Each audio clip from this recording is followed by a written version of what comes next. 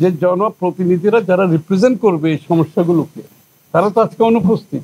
যে বিষয়গুলোতে ঐক্যমত হয়েছে সেটা জনসম্মুখে তুলে ধরা দরকার। ডক্টর ইউনূস সাহেব নিজেই বলেছেন, আমরা সবাই বলছি ঐক্যমতের ভিত্তিতে সংস্কার করা হবে।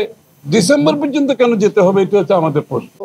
আওয়ামী ফ্যাসিস্ট সরকারের বিরুদ্ধে একটি গণ অভ্যুত্থান হয়েছিল। গণ অভ্যুত্থানের পর সকলের ঐক্যমত্যের ভিত্তিতে প্রফেসর ডক্টর মোহাম্মদ ইউনূস অন্তর্বর্তীকালীন সরকার প্রধান হিসাবে দায়িত্ব নেয় এবং তার কাছে আমাদের দাবি ছিল যে আইন শৃঙ্খলা পুনরুদ্ধার করে নির্বাচন কমিশনকে পুনর্গঠনের মধ্য দিয়ে একটি অবাধ, সুষ্ঠু এবং নিরপেক্ষ নির্বাচনের তিনি দায়িত্ব নেবেন এবং নির্বাচিত সরকারের কাছে তিনি ক্ষমতা হস্তান্তর করবেন। উনি নিজেও প্রতিশ্রুতি দিয়েছেন যে আগামী ডিসেম্বর 2025-এর মধ্যেই তিনি নির্বাচন করবেন। পরবর্তীতে তার উপদেষ্টা পরিষদের অন্যান্যরা দেখা গেছে যে ডিসেম্বর থেকে জুন পর্যন্ত তারা বলেছিলেন এবং উনিও সেই কথার প্রতিধ্বনি নিয়ে তিনি ডিসেম্বর থেকে জুন পর্যন্ত বলেছেন। আমরা বারবার বলে আসছি যে সরকার যাতে একটি নির্বাচনের রোড ম্যাপ ঘোষণা করে, কিন্তু এখন পর্যন্ত আমরা সরকারের কাছে এই নির্বাচন নিয়ে বিভিন্নমুখী কথা ছাড়া নির্বাচনের সুনির্দিষ্ট দিন তারিখ বা রোড ম্যাপ পাইনি। আজকে আমরা বিএনপি এবং গণফোরামের এই লিয়াজো কমিটির বৈঠকে একমত হয়েছে যে আমরা পূর্বেও যে কথাগুলো বলে আসছি যে সরকার একটি অবাধ, সুষ্ঠু, নিরপেক্ষ নির্বাচনের জন্য তারা আগামী ডিসেম্বরের মধ্যেই এই নির্বাচনের রোডম্যাপ ঘোষণা করবেন।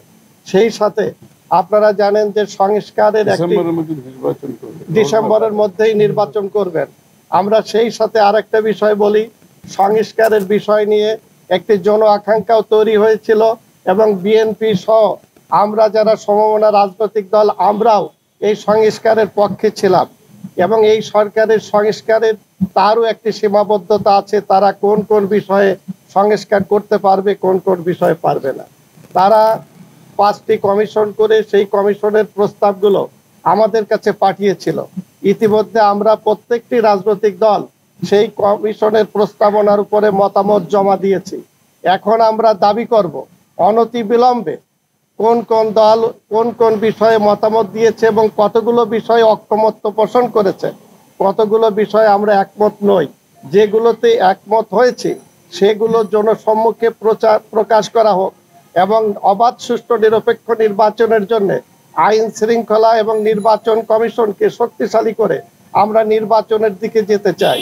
এছাড়া সরকার এই সংস্কার প্রস্তাবের নামে বা সংস্কারের নামে যাতে নির্বাচনকে বিলম্বিত না করে এবং কোনো যাতে ষড়যন্ত্রের কোনো শিকার রাষ্ট্র না হয়, সেটাই হলো আজকে আমাদের এই আলোচনার সিদ্ধান্ত নিয়েছে এবং আমরা জনগণের কাছে এই মেসেজটাই দিতে চাই এবং অন্তর্বর্তীকালীন সরকারের প্রধানের কাছেও আমরা এই দাবিটি রাখতে চাই।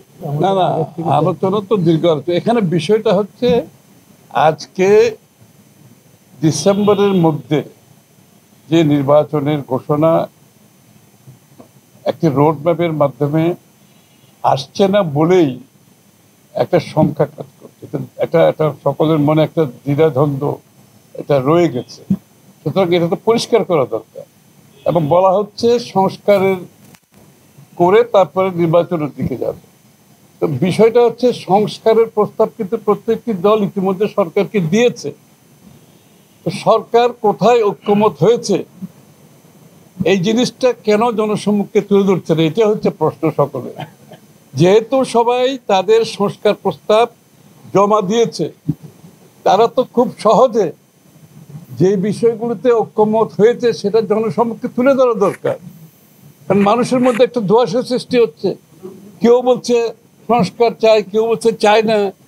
এবং এই ধোঁয়াশা পরিষ্কার করার একমাত্র পথ হচ্ছে যেই সংস্কার প্রস্তাবগুলো রাজনৈতিক দলগুলো দিয়েছে সেই বিষয়ে কোথায় ঐক্যমত হয়ে গেছে ইতিমধ্যে, সেটা তো জাতির সামনে তুলে ধরলেই বিষয়টা পরিষ্কার হয়ে যায়। আর যেগুলো তো ঐক্যমত হয় নাই এগুলো তো জনগণের কাছে যেতে হবে, কারণ এগুলো তো বর্তমানে কারো করার কোনো সুযোগ নাই এখানে।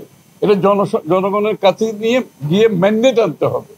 সুতরাং কেন ঐক্যমত কোথায় হয়েছে এই বিষয়টা জনসম্মুখে বলা হচ্ছে না, কেন ডিলে হচ্ছে, এই ডিলে হওয়ার তো কোনো কারণ নাই, অলরেডি দেওয়া আছে তো ওখানে।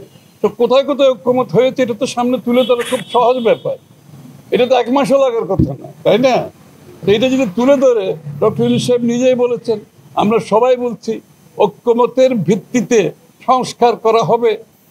যদি তাই হয়ে থাকে, কোথায় ঐক্যমত হয়েছে এটা জনসম্মুখে তুলে ধরলেই তো হয়। তাইলে সংস্কার নিয়ে এই যে ধোঁয়াশা সৃষ্টি করা হচ্ছে সেটা থাকবে না, সেটা পরিষ্কার হয়ে যাবে। এবং নির্বাচনের দিনক্ষণ দিতে তাহলে অসুবিধা কোথায়? নির্বাচন কমিশন প্রস্তুত, তারা বারবার বলছে তারা প্রস্তুত। তাহলে কেন ডিসেম্বর পর্যন্ত কেন যেতে হবে? এটা হচ্ছে আমাদের প্রশ্ন। শোনেন, একটা কথা পরিষ্কারভাবে বোঝা দরকার, একটা অনির্বাচিত অবস্থায় যেটা হয়, এটা সরকার আর জনগণের মধ্যে কেউ নাই।